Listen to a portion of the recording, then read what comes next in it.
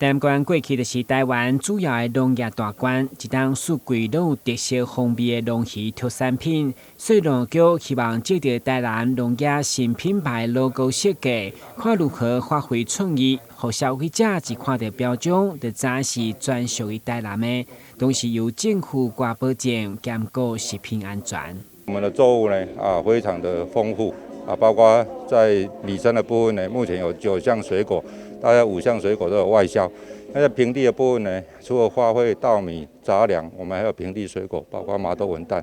另外在里海地带呢，盐分地带作物，包括我们的红萝卜也都销到日本。所以我们的农产品为了确保消费者可以买到好的农产品、优质的台南农产品，所以我们来设计一个台南新品牌。